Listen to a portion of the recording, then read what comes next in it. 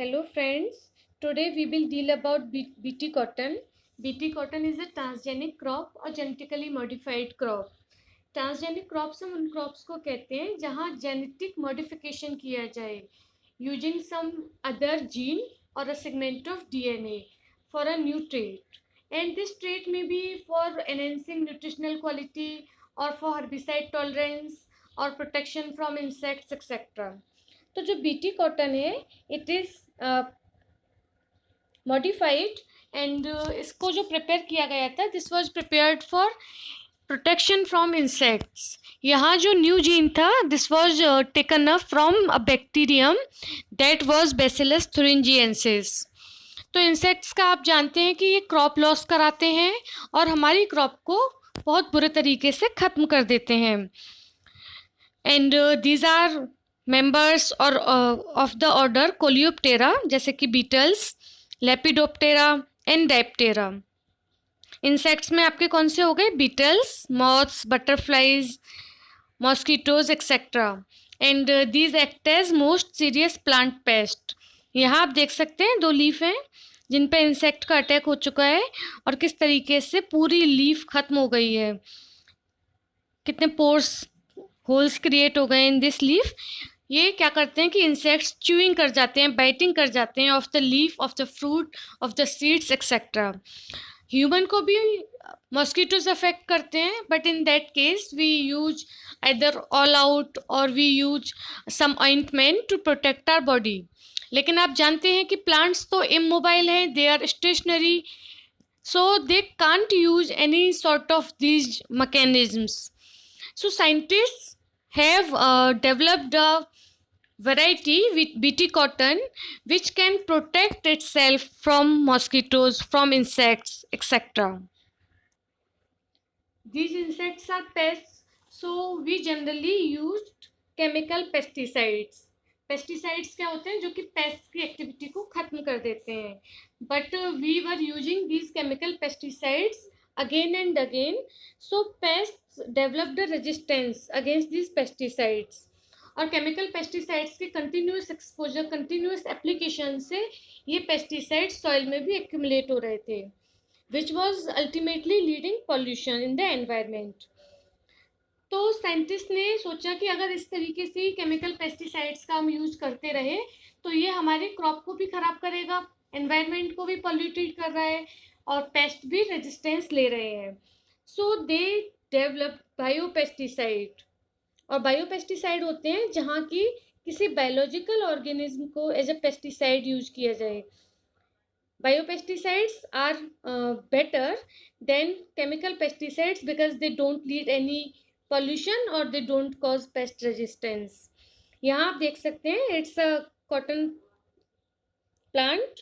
तो जहाँ इंसेक्ट का अटैक हो चुका है and due to this insect attack cotton की यील्ड कितनी कम हुई है. और जहाँ ये बीटी कॉटन की वैरायटी है जहाँ पर बीटी जीन है इंट्रोड्यूस कर दिया गया है, so this is yielding more cotton as compared to this native cotton.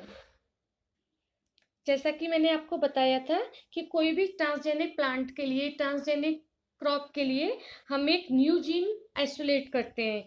तो for the development of BT cotton the gene was isolated from a gram-positive soil bacterium Bacillus thuringiensis, and this gene was coding for a crystalline protein that was named as cry protein.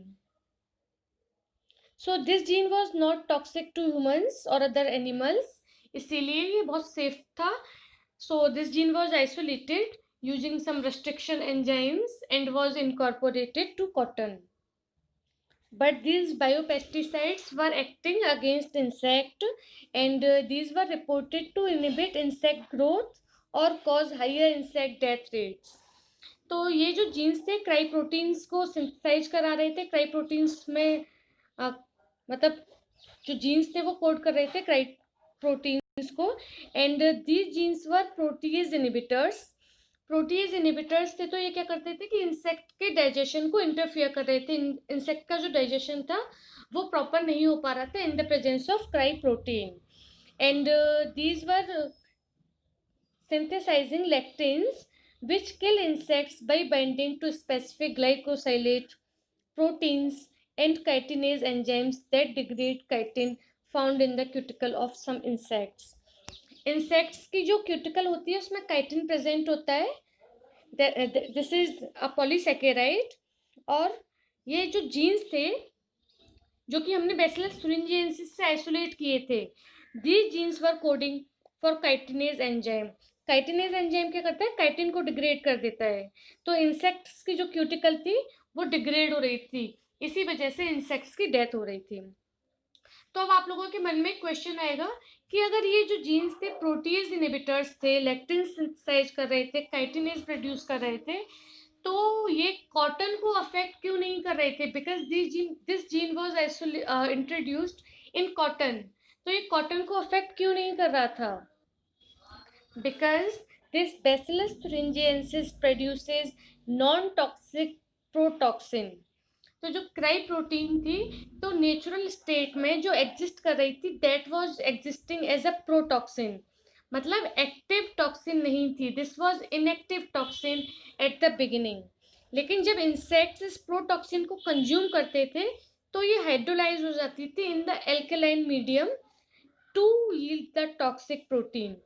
मतलब आप लोग समझ रहे हैं कि in the native state this protein was inactive.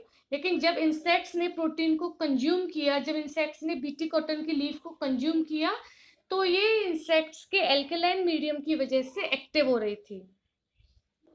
यहाँ आप देख सकते हैं बहुत अच्छे से ब्यूटीफुली डिपिक्ट किया गया है. This is leaf of the BT cotton.